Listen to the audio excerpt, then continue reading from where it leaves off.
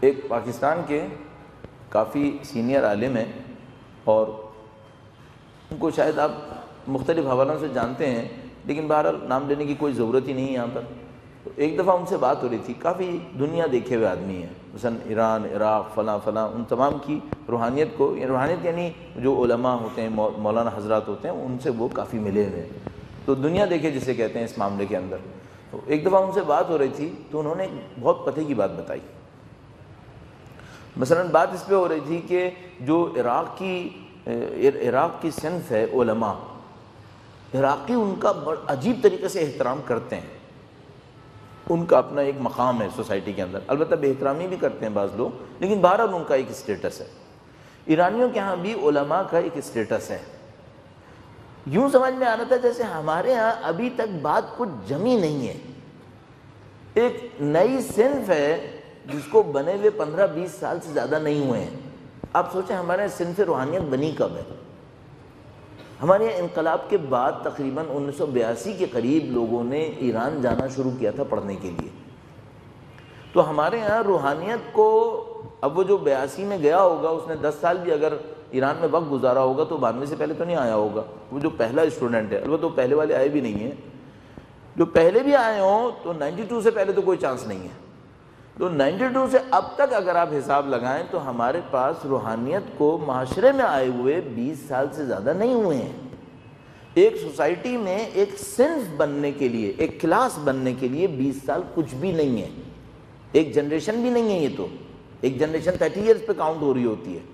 آپ تصور کریں مثلا یہاں پہ جو لائرز ہیں ان کی ایک صنف بنی ہوئی ہے، بینکرز ایک صنف، بیوروکریٹس ایک صنف، آرمی، پولیٹیشین، انڈسٹریلسٹ، فیوڈلسٹ، ان سب کی ایک صنف ہے۔ یہ جو صنف روحانیت ہے یہ پاکستان میں کتنی پرانی ہے؟ کم از کم تشیع کے اندر میں نے عرض کیا 20 سال بھی نہیں ہے۔ ابھی تو اگر میں آپ کو صحیح بات بتاؤں تو ابھی تو یہاں کی روحانیت کو یہ بھی نہیں معلوم کہ وہ سلاٹ سوسائٹی میں کون سا ہے جس پہ میں نے فکس ہونا ہے، ابھی ہمیں یہ نہیں معلوم۔ آپ کا جو بینکر ہوتا ہے نا، وہ جب بینکنگ کے انسٹیٹیوٹ سے نکل کے آتا ہے تو اس کو پتہ ہوتا ہے میں نے کس جاب کو اپلائی کرنا ہے، اسے پتہ ہوتا ہے میری سلاٹ کون سی ہے۔ تو میں ہمیشہ مذاق میں کہتا تھا، جب میں 96 میں پاکستان آیا لوگ مجھ سے پوچھتے تھے کیا ہو رہا ہے وہاں پر، جب میں قم وغیرہ جاتا تھا تو میں ان سے کہتا تھا جس سلاٹ کو سوسائٹی مجھے آفر کر رہی ہے وہ میں نہیں لینا چاہ رہا۔ ابھی تک سوسائٹی میں کلیئر نہیں ہے کہ پڑھے لکھے عالم کی سلاٹ کہاں پر ہے، ابھی تک کلیئر نہیں ہے۔ دیکھیے اگر پڑھا لکھا عالم ہے اور اس کو مجلس نہیں پڑھنی ہے، کسی بھی وجہ سے نہیں ہے اس کا مزاج پڑھنے کا، اب کیا کرے گا نیکسٹ؟ کوئی ہے جگہ ہمارے پاس؟ ختم ہو گیا معاملہ، بیکار ہے ہمارے لیے۔ قوم بھی اس کو بیکار ہی ڈیل کرے گی، چاہے وہ عالم الدہر ہو، کائنات کا علم اس کے پاس ہو، اگر اس کو مجلس پڑھنے کا طریقہ نہیں آتا کسی بھی وجہ سے، ہمارے نزدیک اس کی کوئی حیثیت نہیں ہے۔ ہمارے پاس 2-3 سلاٹ ہیں، اسی میں چل جائے تو چل جائے، نہیں چلا ہمارے حساب سے بے روزگار ہے۔ مسجد کے اندر پیش نماز بن جائے کوئی بری بات نہیں ہے، بہت بڑی بات ہے مسجد کے اندر پیش نمازی، لیکن پیچھے جو داستان چل رہی ہے وہ بہت عجیب و غریب ہے، وہ بہت عجیب و غریب داستان ہے۔ یعنی اس بیچارے کا اسٹیٹس اس ٹائپ کا ہے کہ فوری طور پر پڑھے لکھا آدمی کہے گا بھائی میں اپنے بچے کو اس مصیبت میں نہیں پھنسانا چاہتا، ہم نے یہ اسٹیٹس بنایا ہوا ہے۔ یہ ایک ہو گیا۔ دوسرا ہے چند مراسم انجام دینا، میں نے عرض کیا نکاح، طلاق، مردہ دفناؤ، یہ کرو وہ کرو، اس ٹائپ کے یہ کام بھی ضروری ہیں، جو کر رہے ہیں وہ بہت اچھا کام کر رہے ہیں، لیکن علماء سے صرف یہ کام لینا یہ کافی ناانصافی ہے۔ رہبر معظم بھی نکاح پڑھاتے ہیں، کوئی یہ نہ سمجھے میں نکاح پڑھانے کی مذمت کر رہا ہوں، نہیں اس کی مذمت نہیں کر رہا ہوں، لیکن آپ اپنے علماء سے صرف یہ کام لیں، یہ کہاں کا انصاف ہے؟ اچھا تیسرا کام کیا رہ گیا؟ تیسرا کام یہ تھا کہ آپ مجلسیں پڑھیں، جو بہت ہی مقدس کام ہے، بہت ضروری کام ہے، لیکن کسی بھی وجہ سے اگر وہ نہیں پڑھ سکتا، اب کیا بچا ہے ہمارے پاس؟ اب داستان ختم ہو گئی۔ اچھا اب اگر یہ بہت بڑا ریسرچ اسکالر ہے، اس کا کیا ہونا ہے؟ ہماری قوم سے کہیے کہ آپ بہت اچھے آدمی ہیں لیکن بدقسمتی سے ہمارے پاس آپ کے لیے کوئی کام نہیں ہے، آپ کہیں اور تشریف لے جائیے۔ آپ مجھے بتائیں، میں اس کو کہہ رہا ہوں کہ ابھی تک انقلاب آئے ہوئے 35 سال ہو رہے ہیں، مذہبی شعور بنتے ہوئے 35 سال ہو رہے ہیں، ابھی تک ہمیں نہیں معلوم ہم نے اپنے علماء کے ساتھ کرنا کیا ہے۔ اس کی وجہ سے یہ سوسائٹی آگے نہیں بڑھ پا رہی ہے، یہ سوسائٹی آگے نہیں بڑھ پا رہی ہے، اور جو سوسائٹی میں ثقافت کے اوپر کام ہونا چاہیے تھا وہ ثقافت کے اوپر کام نہیں ہو پا رہا ہے، ہم وہیں پہ پھنسے ہوئے ہیں، اور مسلسل وہی بلیم گیم، امریکہ نے ہمارے ساتھ یہ کر دیا ہے، ایک دوسرے کے اوپر کیچڑ اچھاڑتے ہیں، یہ کر دیا وہ کر دیا، لیکن بات آگے نہیں بڑھ پا رہی ہے۔ جو بات آگے بڑھانے کے لیے ضروری ہے وہ یہ کہ بھائی آپ کو کچھ ادارے چاہیے، ان اداروں کو بنانے کی جرات کر لیں اور اس کے بعد کام کو آگے بڑھائیں۔ اب یہ میں اپنی صنف کے لیے عرض کر رہا ہوں، اپنی طرف اپنے لوگوں کے لیے۔ تو ان سے پوچھا میں نے کہ یہ پاکستان میں ہم جو صنف علماء ہیں یہ جم نہیں پا رہی ہے، اس کی وجہ کیا ہے؟ تو انہوں نے بڑی عجیب بات کہی، کہنے لگے کہ یہ جو عراقی عالم ہوتا ہے نا، اگر کوئی اس سے ملنے آتا ہے یہ قبا پہنے سے کم پر باہر نہیں نکلتا۔ آپ کسی بھی عالم سے ملنے جائیں، صبح شام رات کسی بھی ٹائم پہ جائیں، کم سے کم قبا پہنی ہوئی ہوگی، اس سے کم پہ باہر نہیں آئے گا۔ یعنی اگر اس نے پورا امامہ ابا قبا نہ بھی پہنا ہو نا تو کم سے کم قبا پہن کے باہر آئے گا۔ صحیح ہے؟ وہ کیا کرتا ہے؟ وہ اپنی عوام کے سامنے اپنے آپ کو آشکار نہیں کرتا، عوام کے سامنے اپنے آپ کو کھولتا نہیں ہے۔ کہنے کہ ایک بڑی عجیب بات دیکھیں گے آپ، یہ جو عراقی ہوں گے نا اپنی عوام کے سامنے اپنے ہم صنف کی برائی نہیں کریں گے۔ آپ ان کے ساتھ بیٹھیں، اچھا ممکن ہے آج کل کرتے ہو، انہوں نے پرانے کا کہا ہو، ممکن ہے ایسا ہو، ممکن ہے کوئی گیا ہو کہ میرے سامنے کیے، فرض کر لیتے ہیں، انہوں نے کہا نہیں جنرلی ایسا ہے، اپنے آپ کو اپنی عوام کے سامنے آشکار نہیں کرتے، اپنے ہم صنف کی برائی نہیں کرتے۔ کیوں؟ ان کے اندر صنف کو سنبھالنے کا سلیقہ ہے۔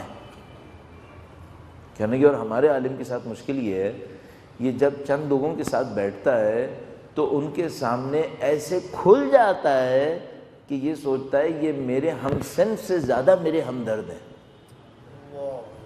صحیح؟ تو چند جوانوں کے سامنے بیٹھ کر اپنے ہم صنف کی برائی کر دیتا ہے۔ اب وہ جو جوان ہوتے ہیں نا ان کے سامنے جس کی برائی ہوئی اس کا احترام کم نہیں ہوتا، وہ تو کم ہو ہی گیا ہے، اس کا بھی احترام ختم ہو جاتا ہے۔ کہنے لگے ہمارے ساتھ مشکل یہ ہے کہ ہمارا جو عالم ہے وہ اپنی عوام کے سامنے کھلا ہوا ہے، اور یہ جو کھلی ہوئی کیفیت ہے اس میں صنف سوسائٹی میں جم نہیں پاتی، اس میں نہیں جمتی۔ اس طرح کیا کرنا پڑے گا؟ تھوڑا سا صبر کر کے اپنے اوپر سنبھالنا پڑے گا کہ پبلک کے سامنے ہر بات نہیں کہنی، اس کو تھوڑا سنبھالنا پڑے گا۔ اچھا ہم لوگوں کے ساتھ مشکل کیا ہے؟ پبلکلی یا تو کھلے عام یا پرائیویٹلی ہر بات کہنے کے عادی ہیں، اور پرائیویٹلی جب کہہ رہے ہوتے ہیں تو ہم یہ سمجھ رہے ہوتے ہیں دوسرے نہیں سنیں گے، یہ سب سن رہے ہوتے ہیں۔ ہماری اوسط یہ مشکل ہے۔ اب آپ کے سامنے یہ مشکل کیوں کہی ہے؟ ذرا خیال کریں، ایک دوسرے کی باتوں کو ہر جگہ ریفلیکٹ مت کریں، تھوڑا سا ذمہ داری دکھائیں۔ ذمہ داری کیسے دکھائیں؟ معاشرے میں چند چیزوں کے احترام کو بچا لیں۔ اچھا یہ جو شیطان کا عمل ہے یہ بی جمالو ٹائپ کا، اس میں انسان کو بڑا مزہ آتا ہے کہ وہ ادھر کی سنے ادھر کی لگائے، ادھر کی سنے ادھر کی لگائے، یہ انسان کو مزہ بہت آتا ہے اس کے اندر، لیکن یہ ذمہ دار قوم کی خاصیت نہیں ہے، یہ غیر ذمہ دارانہ رویہ۔ ذمہ دارانہ رویہ کیا ہوگا؟ ذمہ دارانہ رویہ یہ ہوگا کہ اگر آپ کو کوئی برائی نظر بھی آئی ہے نا تھوڑا سا سنبھال لیں، ہر جگہ مت بولیں۔ آپ جو اس طرح برائی کا ذکر کر رہے ہیں اس سے انڈائریکٹلی برائی پھیل رہی ہے، اس کو سنبھالیں۔ اس کو قرآن کریم فرماتا ہے اشاع فحشا، کسی برائی کا لوگوں کے اندر ذکر کرنا، اس کو خدا پسند نہیں کرتا۔ تو آپ کو اگر فرض کریں میں کہہ رہا ہوں میرے جیسے کی کوئی خرابی نظر بھی آ گئی ہے نا اور آپ ذمہ دار انسان ہیں، تھوڑا سا سنبھال لیں، تھوڑا سا سنبھالیں، اوپر سے لے کے نیچے تک اگر ہم تھوڑا سا اس کے اوپر تاکید کر لیں اپنی قوم کا اعتماد تھوڑا سا بحال کر سکتے ہیں۔ یہ بات کہیے۔ جب اتنی بات کہی ایک بات اور عرض کر دیتا ہوں، کچھ اداروں کو کچھ کچھ اداروں اور شخصیتوں کو میں نہیں کہہ رہا کرٹیسزم نہ کریں، کرٹیسزم کریں، ضرور کریں، احترام پامال نہ ہونے دیں، کچھ کو چھوڑ دیں۔ کچھ بھی نہیں چھوٹتا نا تو پھر قوم بددل ہو جاتی ہے دین سے۔ کچھ کو چھوڑ دیں، ایک کرٹیسزم ہونا چاہیے، پازیٹیو کرٹیسزم کے بغیر کوئی قوم ترقی نہیں کرتی، لیکن اس پازیٹیو کرٹیسزم کے اندر کچھ قوموں کا، کچھ شخصیتوں کا ایسا احترام چھوڑ دیں کہ ان کے نام پر لوگوں کے دلوں کے اندر دین رہے۔ ان کو بھی نہیں چھوڑیں گے نا تو پھر معاملہ بہت خراب ہو جائے گا۔ مثلا اپنے جیسے لوگوں کے لیے عرض کرو، آپ جیسے ہم لوگ دیندار لوگ ہیں ان کے لیے عرض کرو، مثلا مراجع تقلید کو کم سے کم چھوڑ دیں، اتنا نیچے مت جائیں، کیونکہ اگر آپ نے ان کو بھی نہیں چھوڑا تو پھر لوگوں کے پاس دل خوش کرنے کے لیے کچھ بھی نہیں رہے گا۔ تھوڑا سا خیال کر لیں، کہنا آسان ہے، چار باتیں کہنا، مثلا آپ نے فرض کریں دیکھی بھی ہے کوئی بات، فرض کر لیں دیکھ بھی لی ہے، ہر جگہ مت بولیں، تھوڑا سا اپنے دین کا خیال کریں، دین کا ایک احترام ہوتا ہے۔ اچھا یہ دین کے اندر ایک عجیب چیز ہوتی ہے، اس پوائنٹ کو آخری پوائنٹ کو عرض کروں آپ کی خدمت میں، آپ نے دیکھا ہوگا یہ ویسٹ میں کچھ مہینوں کے بعد یہ کوئی ایسی حرکت کرتے ہیں جس سے ہمارے مقدسات کو چیلنج ہو جاتا ہے۔ مثلا کبھی تصویریں بنا دیں، کبھی کوئی کتاب لکھ دی، کبھی کوئی ویڈیو فلم آ گئی، یہ چند مہینوں کے بعد کوئی نہ کوئی ڈرامہ ایسا کر دیتے ہیں۔ اچھا اس سے کیا ہوتا ہے، وہ جو ہمارے مقدسات ہوتے ہیں وہ چیلنج میں آ جاتے ہیں۔ اچھا جیسے ہمارے مقدسات چیلنج میں آتے ہیں، ہم لوگ ہیں تھوڑی سی جذباتی قوم، ہم لوگ روڈ پہ آ کے توڑ پھوڑ کرتے ہیں، صحیح ہے۔ اچھا ان کو دو بینیفٹ بہت آسانی سے مل جاتے ہیں۔ پہلی بات تو وہ یہ دیکھ لیتے ہیں کہ تقدسات کے اوپر، مقدسات کے اوپر ان کے اندر دلوں میں درد باقی ہے یا نہیں ہے، ایک بات ان کو پتہ چلا کہ باقی ہے۔ دوسری بات یہ کہ وہ ٹرن کرتے ہیں اس کو تشدد کی طرف، تو ہماری بدنامی بھی خود بخود ہو جاتی ہے دنیا کے اندر کہ یہ دیکھو یہ مسلمان جو ہے نا یہ ہیں ہی ایسے، ذرا ٹچی سے ہوتے ہیں یہ لوگ، ذرا سی بات کے اوپر یہ بہت ہی زیادہ آپے سے باہر ہو جاتے ہیں، رسپانسبل نہیں ہے، اس طرح کی چیز ہمارے بارے میں مشہور کرتے ہیں۔ اچھا پہلا جو مسئلہ ہے مجھے اس کو ایڈریس کرنا ہے، یہ ہمارے مقدسات کو بار بار چیک کیوں کرتے ہیں؟ انہوں نے اپنے ملکوں میں عیسائیت کے ساتھ ایک کام کیا ہے، اپنے ملکوں میں عیسائیت کے ساتھ ایک کام کیا ہے۔ وہ کام کیا کیا ہے؟ انہوں نے تدریجاً آہستہ آہستہ اپنے مقدسات کا احترام ختم کر دیا، آہستہ آہستہ۔ اگر آپ کو کوئی کتاب، اچھی کتاب پڑھنے کا بھی دل چاہ رہا ہو تو وہ کتاب ضرور دیکھیے گا، ڈاکٹر حداد عادل کی برہنہ تہذیب کی برہنگی، یہ بہت اچھی کتاب ہے، چھوٹی سی کتاب ہے، 70-80 صفحے کی، بڑی زبردست کتاب ہے۔ اس میں انہوں نے کیا دکھایا؟ انہوں نے دکھایا کہ بھئی یہ جو رینیسانس کا ٹائم آیا تھا 16 سینچری، اس سے پہلے حضرت مریم کی جو تصویریں بنتی تھیں سادہ سی شکل بناتے تھے، سر کے اوپر ایک ہالہ سا نور کا کھینچ دیتے تھے، یہ حضرت مریم تھی۔ حضرت عیسیٰ کی تصویریں بناتے تھے، سادہ سا انسان دکھاتے تھے، اس کے اوپر تھوڑا سا نورانیت ڈال دی، یہ حضرت عیسیٰ علیہ السلام۔ اچھا جو رینیسانس آیا اس نے ایک عجیب کمال یہ کیا کہ اب جو حضرت مریم کی تصویریں بنی، نمبر 1 پردہ پیچھے چلا گیا، نمبر 2 عورت خوبصورت ہو گئی، نمبر 3 وہ جو ہالہ تھا سر کے اوپر وہ غائب ہو گیا۔ حضرت عیسیٰ کے ساتھ بھی یہی ہوا، ان کی جو شکل و صورت تھی وہ خوبصورت ہو گئی، تھوڑی سی ماڈرنائز ہو گئی، اور وہ جو سیکرڈنس تھا، تقدس، وہ غائب ہو گیا۔ اچھا بات آئی میکل اینجلو تک، اس نے ایک اور کارنامہ کر دیا، اس نے حضرت داؤد کا برہنہ مجسمہ لا کے کھڑا کر دیا، بالکل برہنہ مجسمہ، وہ ابھی تک میوزیم میں رکھا ہوا ہے۔ اچھا اس برہنہ مجسمہ کو بنانے میں اس نے فزیکل بیوٹی کے اوپر اتنا کام کیا کہ لاشوں کو نکال کر اس میں جسم کے اعضاء کو چیک کرتا تھا کہ اچھی باڈی ہوتی کیسی ہے، اس کے بعد اس نے بنائی تھی یہ، اس میں پتہ نہیں کتنے مردوں کی لاشیں اس نے خراب کی ہیں، اس کے بعد یہ مجسمہ بنایا تھا اس نے، بعد میں پتہ چلا لوگوں کو، لیکن اتنا بڑا آرٹسٹ تھا کہ کوئی کچھ کر نہیں سکا، مجسمہ ابھی بھی رکھا ہوا ہے، فزیکلی بہت خوبصورت۔ لیکن سوال یہ ہے کہ کیا انبیاء کی خوبصورتیاں جسموں میں ڈھونڈنی تھی ہمیں؟ یہ رینیسانس کا کارنامہ تھا، یہ جو رینیسانس آیا تھا اس کا کارنامہ یہ تھا کہ اس نے خوبصورتی کا تصور مادے سے معنویت سے نکال کر مادیت میں ڈال دیا تھا. صحیح ہے. اس سے کیا ہوا؟ اس سے یہ ہوا تقدسات ختم ہو گئے، تقدسات پامال ہو گئے. ان کے ٹیلی ویژن پر جو حضرت عیسیٰ علیہ السلام کا حشر ہوتا ہے وہ خدا جانتا ہے، خاص کر جرمنی جیسے ملک کے اندر. اور معمولاً وہاں پر جو آپ دیکھیں گے کیا کیا غلط نہیں دکھائیں گے، اور وہ کبھی مذاق کے نام پہ دکھائیں گے اور کبھی وہ طنز کے نام پہ دکھائیں گے، کبھی ہیومر ہوگا، یہ سب چیزیں چلتی ہیں وہاں پر. تو سارے مقدسات انہوں نے اس کو وہاں پر پامال کر لیے. اچھا، دین میں ایک مشکل ہوتی ہے، جو رول ہے وہ یہ ہے، دین میں اگر مقدسات ختم ہو جائے نا تو دین آدھا تو ویسے ہی ختم ہو جاتا ہے.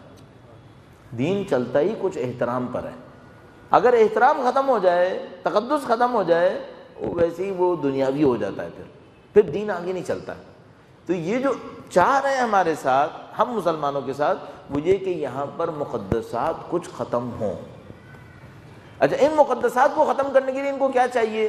ان کو چاہیے کوئی ایسا ہو کہ جو دین کے نام پر، مزاح کے نام پر، ہیومر کے نام پر دین کی کچھ دھجیاں بکھیرے. صحیح ہے. اب ایک بات سنیے گا.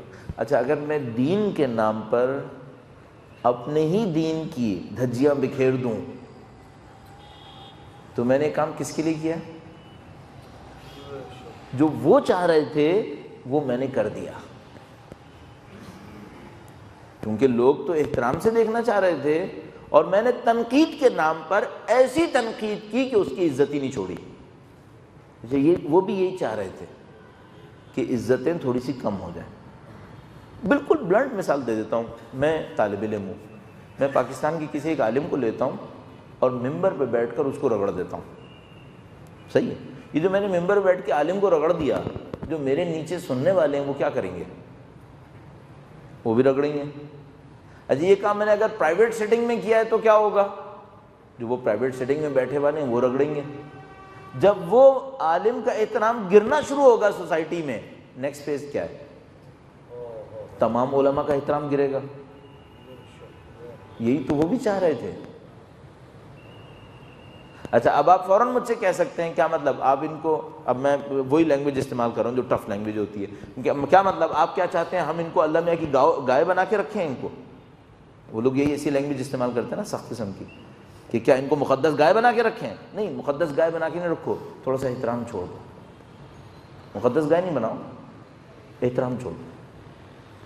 ایسے ہی احترام چھوڑ دو جیسے دنیا میں ہر انسان کا احترام ہونا چاہیے. اہل بیت گالیاں پسند نہیں کرتے تھے. کیوں پسند نہیں کرتے تھے؟ میں نے آپ کی خدمت میں عرض کیا تھا، ایک آدمی نے گالی دی نوکر کو، غلام کو، کہا آئندہ سے میرے ساتھ نہیں چلنا، ختم. یہ اہل بیت قبول کریں گے کہ علماء کا احترام پامال ہوتا رہے؟ نہیں قبول کریں گے. آپ کہیں گے علماء سو کو سب برا کہتے ہیں. ہر علماء سو کو بننے میں کتنی دیر لگتی ہے؟ کتنے علماء سو کا اہل بیت نے اپنی روایات کے اندر نام لے کے تذکرہ کیا ہے؟ 250 سال میں. اس کا بھی تو خیال کریں. آپ یہ سب خیال نہیں کریں گے نا، اپنے ہاتھوں اپنے دین کی جڑیں کاٹ رہے ہوں گے. عزیزان محترم، یہ ہماری مشکلات ہیں، یہ ہماری مشکلات ہیں. اب آپ اگر ذمہ دار قوم ہیں، آپ ان سب چیزوں کو سوچ لیجئے. یہ ایکویشنز آپ کے لیے کلیئر ہونی چاہیے تاکہ آپ جب بھی کوئی عمل انجام دینے لگیں آپ کے سامنے بالکل واضح ہو کہ میں جو کام کر رہا ہوں نا 25 سال کے بعد اس کے نتیجے میں کیا ہونے والا ہے. 25 سال میں اب تو بہت دنیا تیز ہو گئی ہے، تو فوراً ہوتا ہے. اور اب یہ تو میں نے آپ کی خدمت میں عرض کر دیا جو مخلصین ہیں. اچھا، دشمن تو کرے گا ہی، دشمن کرے گا. اچھا، دشمن کے نزدیک شیعہ سنی کی تمیز ہے کیا؟ اس سے کوئی غرض نہیں ہے شیعہ جیتے گا یا سنی جیتے گا، ان کو اس سے کوئی غرض نہیں ہے. ان کو اس سے غرض ہے کہ ماتمی جیتے گا، فقی جیتے گا. ان کو کوئی غرض نہیں ہے، مطلقاً کوئی غرض نہیں ہے. ان کو صرف ایک غرض ہے، دین ختم ہو جائے. اچھا، دین کیوں ختم کرنا چاہتے ہیں؟ دین ختم ہوتا ہے تو انسانوں کے پاس مقابلے کی طاقت نہیں رہتی. انسان غلام بننے کے لیے تیار ہو جاتا ہے. وہ انسانوں کو غلام بنانا چاہتے ہیں، اس کی خاطر چاہتے ہیں دین ختم ہو جائے. خاص کر وہ دین جو عزت دیتا ہے. عزت والے دین کو پسند نہیں کرتے.